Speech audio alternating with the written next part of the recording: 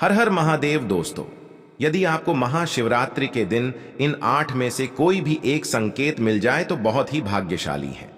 उससे पहले महाशिवरात्रि के बारे में जान लेते हैं। दोस्तों, इस बार की महाशिवरात्रि 8 मार्च को मनाई जाएगी। यह दिन भगवान शिव का आशीर्वाद पाने के लिए सबसे खास माना जाता है। पौराणिक मान्यता के अनुसार महाशिवरात्रि के दिन भगवान शिव और माता पार्वती का विवाह हुआ था। महाशिवरात्रि फाल्गुन मास के कृष्ण पक्ष की चतुर्दशी तिथि को मनाया जाता है। इस दिन महाशिवरात्रि पर बहुत सारे विशेष शुभ योग का निर्माण हो रहा है। दोस्तों, ग्रहों का एक साथ मिलन होने के कारण इस दिन कई सारे योगों का निर्माण हुआ, जिसमें राज योग, धन योग का भी निर्माण हो रहा है। और इस दिन कीर्ति नामक योग बन रहा है और सिद्धि नामक योग भी बनेगा। दोस्त, भगवान शिव शंभू को महाशिवरात्रि बहुत ही प्रिय है और इस दिन अगर आप यह एक चीज खा लेते हैं तो पूरे साल आपको पैसों की किल्लत नहीं झेलनी पड़ेगी। जीवन में खूब धन संपदा आएगी और भोलेनाथ की कृपा आपके ऊपर सदैव बरसती रहेगी। आपको क्या खाना है वह भी वीडियो के आगे हम आपको बताएंगे। दोस्तों, महाशिवरात्रि की एक पौराणिक कथा है। उसको सुनने मात्र से सभी दुखों का नाश होता है और घर में सुख समृद्धि आती है। दोस्तों, पूर्व काल में कलिक नामक एक शिकारी था। जानवरों की हत्या करके वह अपने परिवार को पालता था। वह एक शिकारी था, परंतु दोस्तों, वह एक साहूकार का कर्जदार था, लेकिन उसका कर्ज समय पर न चुका सका और क्रोधित साहूकार ने शिकारी को शिव मठ में बंदी बना लिया। संयोग से उस दिन शिवरात्रि थी। शिकारी ध्यान मग्न होकर शिव संबंधी धार्मिक बातें सुनता रहा और दोस्तों, चतुर्दशी को उसने शिवरात्रि व्रत की कथा भी सुनी। शाम होते ही साहूकार ने उसे अपने पास बुलाया और कर्ज चुकाने के विषय में बात की। तब शिकारी अगले दिन सारा कर्ज लौटा देने का वचन देकर बंधन से छूट गया और अपनी दिनचर्या की भांति वह जंगल में शिकार के लिए निकला। लेकिन दिन भर बंदी गृह में रहने के कारण भूख प्यास से व्याकुल हो गया था। शिकारी शिकार खोजता हुआ वह बहुत दूर निकल गया। जब रात हो गई तो उसने विचार किया कि रात जंगल में ही बितानी पड़ेगी और वह एक तालाब के किनारे एक बेल के पेड़ पर रात बीतने का इंतजार करने लगा। और सहयोग से बिल्व वृक्ष के नीचे शिवलिंग था, जो बिल्व पत्रों से ढंका हुआ था। शिकारी को उसका पता न चला। शिकारी ने पेड़ पर बैठने के लिए जो पत्तियां तोड़ी थीं, उसने जो टहनियां तोड़ी वे संयोग से शिवलिंग पर गिरती चली गई। इस प्रकार दिन भर भूखे प्यासे शिकारी का व्रत भी हो गया और शिवलिंग पर बेल पत्र भी चढ़ गए। एक पहर रात्रि बीत जाने पर एक गर्भिणी हिरणी तालाब पर पानी पीने पहुंची। तब शिकारी ने धनुष पर तीर चढ़कर ज्यों ही धनुष की रस्सी खींची, तब हिरणी बोली, मैं गर्भिणी हूं, शीघ्र ही प्रसव करूंगी। तुम एक साथ 2 जीवों की हत्या करोगे, जो ठीक नहीं है। मैं बच्चे को जन्म देकर शीघ्र ही तुम्हारे समक्ष प्रस्तुत हो जाऊंगी, तब तुम मुझे मार लेना। शिकारी ने रस्सी ढीली कर दी और हिरणी जंगल की झाड़ियों में लुप्त हो गई।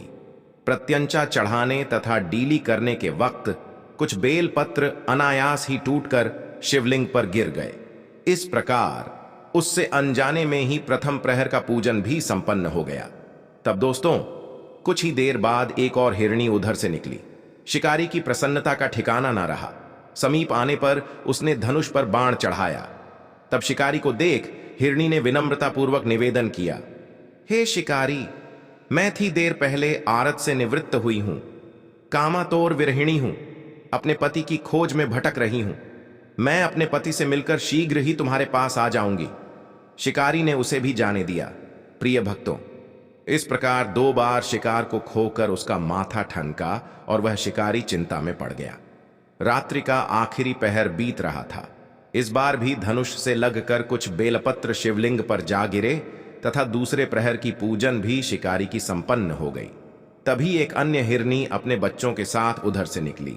शिकारी के लिए यह सबसे अच्छा अवसर था। उसने धनुष पर तीर चढ़ने में देर नहीं लगाई।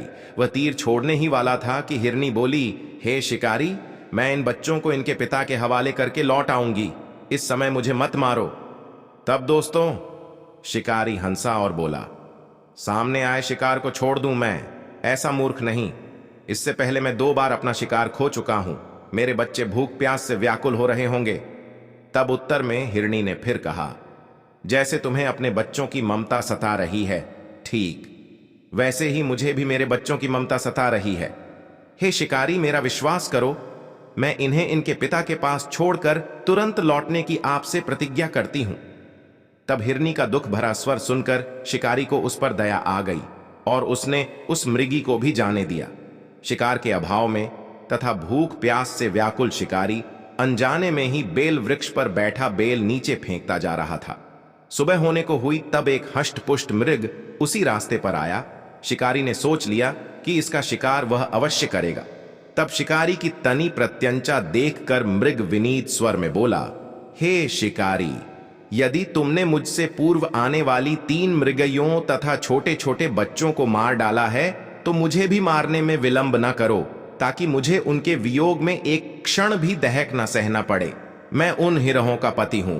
यदि तुमने उन्हें जीवन दान दिया है तो मुझे भी कुछ क्षण का जीवन देने की कृपा करो। मैं उनसे मिलकर तुम्हारे समक्ष उपस्थित हो जाऊंगा। तब मृग की बात सुनते ही शिकारी के सामने पूरी रात का घटना चक्र घूम गया। उसने सारी कथा मृग को सुना दी। तब मृग ने कहा, मेरी तीनों पत्नियां जिस प्रकार प्रतिज्ञाबद्ध होकर गई हैं, मेरी मृत्यु से अपने धर्म का पालन नहीं कर पाएंगी। अतः जैसे तुमने उन्हें विश्वास पात्र मानकर छोड़ा है, वैसे ही मुझे भी जाने दो। मैं उन सब के साथ तुम्हारे सामने शीघ्र ही उपस्थित हो जाऊंगा। दोस्तों, शिकारी ने उसे भी जाने दिया। इस प्रकार सुबह हो आई और दोस्तों, इस प्रकार शिकारी का उपवास, रात्रि जागरण तथा शिवलिंग पर बेलपत्र चढ़ने से अनजाने में ही पर शिवरात्रि की पूजा पूर्ण हो गई और अनजाने में ही की हुई पूजन का परिणाम उसे तत्काल मिला। शिकारी का हिंसक हृदय निर्मल हो गया, उसमें भगवत शक्ति का वास हो गया। दोस्तों, थोड़ी ही देर बाद वह मृग सपरिवार शिकारी के समक्ष उपस्थित हो गया ताकि वह शिकारी उनका शिकार कर सके। किंतु जंगली पशुओं की ऐसी सत्यता, सात्विकता एवं सामूहिक प्रेम भावना देखकर शिकारी को बड़ी ग्लानि हुई और उसने मृग परिवार को जीवन दान दे दिया। दोस्तों, इस प्रकार अनजाने में शिवरात्रि के व्रत का पालन करने पर भी शिकारी को मोक्ष की प्राप्ति हुई। उसने अभी तक जितने पाप किए थे सभी पापों का नाश हो गया। जब मृत्यु काल में यमदूत उसके जीव को ले जाने आए तो शिवगण ने उन्हें वापस भेज दिया तथा शिकारी को शिवलोक ले गए। शिव जी की कृपा से ही अपने इस जन्म में राजा चित्रभानु अपने पिछले जन्म को याद रख पाए तथा महाशिवरात्रि के महत्व को जानकर उसका अगले जन्म में भी पालन कर पाए। दोस्तों, यह महाशिवरात्रि की महाकथा है। इसे सुनने मात्र से व्यक्ति के सभी दुख समाप्त हो जाते हैं। दोस्तों, वीडियो में आगे बढ़ने से पहले अगर आप शिव जी के सबसे अधिक प्रिय भक्त हैं तो चैनल शास्त्र गुरु वॉइस की इस वीडियो को एक लाइक कर दीजिए और कमेंट बॉक्स में हर हर महादेव लिख दीजिए। और अभी तक आपने हमारे चैनल शास्त्र गुरु वॉइस को सब्सक्राइब नहीं किया है तो चैनल शास्त्र गुरु वॉइस को सब्सक्राइब कर दीजिए। दोस्तों, एक बार मां पार्वती ने भगवान शिव से पूछा था कि आप अपने भक्तों को स्वयं दर्शन नहीं देते हैं, तो फिर आपके भक्त को यह कैसे पता होगा कि आप उनकी भक्ति से प्रसन्न हैं? तब भगवान शिव ने मां पार्वती को 8 ऐसे संकेतों के बारे में बताया था। जिस भी मनुष्य को यह 8 संकेत मिलते हैं वे शिव जी के सबसे अधिक प्रिय होते। दोस्तों, देवों के देव महादेव इस समस्त संसार के कण कण में वास करते हैं। शिव जी आदि है और शिव ही आनंद है। शिव जी ही पालक हैं और शिव जी ही सहायक हैं। शिव अपने भक्तों की रक्षा के लिए रौद्र रूप भी धारण करते हैं, तो कभी सृष्टि के कल्याण हेतु हलाहल नामक भयंकर विष का पान भी करते हैं। कबीर गुरु के रूप में इस समस्त संसार को योग्य का ज्ञान देते हैं, तो एक बैरागी के रूप में भी वे अपने भक्तों के बीच स्वयं आकर बस जाते हैं। अतः शिव जी की महिमा अपरंपार है। शिव जी को भोलेनाथ भी कहा जाता है क्योंकि वे अपने भक्तों में किसी भी प्रकार का भेदभाव नहीं करते हैं। जो भी भक्त सच्चे मन से शिव जी की आराधना करता है वे उसकी मनोकामना अवश्य ही पूर्ण करते हैं, फिर वह चाहे दानव हो या मानव देवता हो या पशु ही क्यों ना हो, वे सभी पर अपने समान कृपा बरसाते हैं। महाशिवरात्रि का दिन शिव जी का अत्यंत प्रिय दिन है। इस दिन महादेव शक्ति रूप में सभी शिव मंदिरों में उपस्थित होते हैं और अपने भक्तों पर कृपा बरसाते हैं। इसलिए शिव पुराण में महाशिवरात्रि के दिन शिव जी की पूजा करने का विधान किया गया है। जो भी सच्चे मन से महाशिवरात्रि के दिन शिवलिंग की पूजा करता है, शिव जी को उनकी प्रिय वस्तु चढ़ाता है, दूध एवं जल से उनका अभिषेक करता है ऐसे व्यक्ति पर अपनी कृपा दृष्टि सदा बनाकर रखते हैं। उनके जीवन पर आने वाले सभी संकटों को पहले ही हर लेते हैं। तो चलिए आज के इस वीडियो में जान लेते हैं महाशिवरात्रि के दिन शिव अपने भक्तों को कौन से संकेत देते हैं। यह संकेत प्रकृति द्वारा, पशु पक्षियों द्वारा, शिव जी के भक्तों द्वारा भी मिलते हैं, इसलिए आप इन संकेतों को अवश्य ही जान लें। पहला संकेत, ब्रह्म मुहूर्त पर चंद्रमा के दर्शन।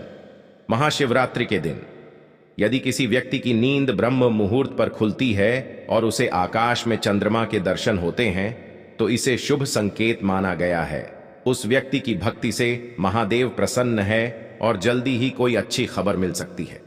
चंद्रमा शिव जी के मस्तक पर विराजमान है, इसलिए ब्रह्म मुहूर्त पर चंद्रमा के दर्शन होना अत्यंत ही शुभ माना जाता है। दूसरी बात, सफेद नंदी के दर्शन महाशिवरात्रि के दिन।